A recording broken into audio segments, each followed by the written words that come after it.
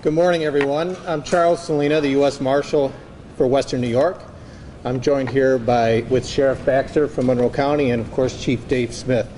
So today we're here to announce that the Marshals Task Force is looking for Salahuddin Floyd Jr., who has been identified by the Rochester Police Department as the suspect in the murder that occurred on Otis Street back in March. Since that weekend, the Marshal Service Task Force, consisting of members of the U.S. Marshals, Sheriff's Department, Rochester Police Department, and the state police, have been actively looking for Floyd. We have made contact with numerous family members who have been cooperative. We've interviewed several of his friends and associates. He's a high school student at Edison Tech. The victim was also a high school student. We believe they knew each other from Edison Tech. The family members and friends have indicated that they don't know his whereabouts. We do believe that he is still in the Rochester area. As recently as a week and a half ago, we believe he was on Jefferson Avenue. We think he is being helped out by a small group of individuals and bouncing from house to house, couch surfing. So we are encouraging the public. We're going to release his photo. I don't know, Chief, have we released the photo to the media yet? Have we passed it out yet, Frank?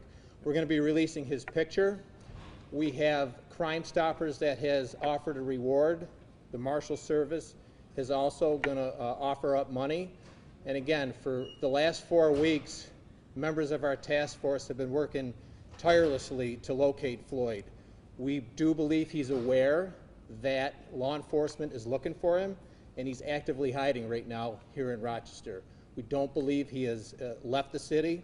Again, he was spotted about a week and a half ago on Jefferson Avenue. He has a lot of contacts over on the west side of the city. He has numerous family members here in Rochester. So again, we're encouraging family members, if you're listening, to get him to surrender, turn himself in, and we're asking for members of the public to call 911. There is a direct cell phone number on the flyer that will go to one of the task force members, or call Crime Stoppers at 423-9300. So with that, Chief, would you like to add anything?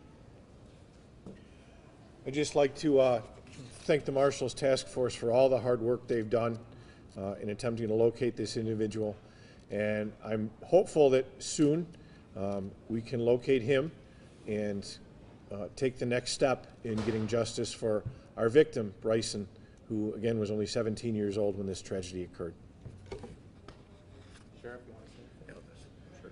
Just want to quickly acknowledge the members of the task force. These guys and gals are out there 24/7, it seems like, going after the worst of the worst in our community, whether they're here in Rochester or in Texas or some other place. These guys are pursuing justice every day, and it's a very dangerous work. We just appreciate the collaboration between all the departments that come together for justice and try and bring justice to some of these victims and their families. So appreciate their efforts.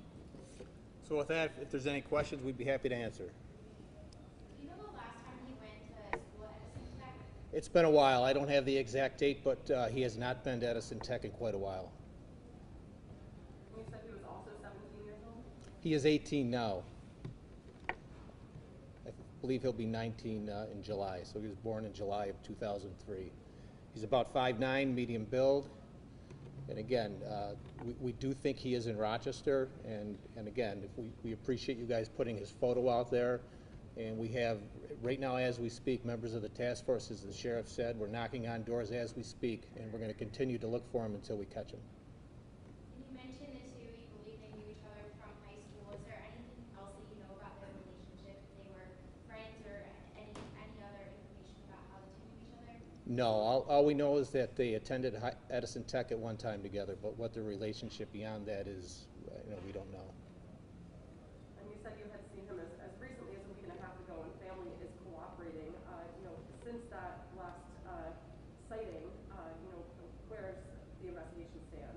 It stands, as I said earlier, we're out there continuing to talk to family members. The family has been cooperative. They are trying to reach out to him to try to get him to surrender himself, and we want the arrest to take place as peacefully as possible, whether he walks himself into the public safety building here with a family member, or somebody calls us and lets us know where he is. This task force is out there every day, and we safely arrest violent felons at a 200-300 a year. So the bottom line is we want to take him into custody as safely as possible, and you know, he could be anywhere right now, but specifically we would like folks to focus on the Jefferson Avenue, Genesee Street, west side of the city. Do you believe he's the only one involved in that murder?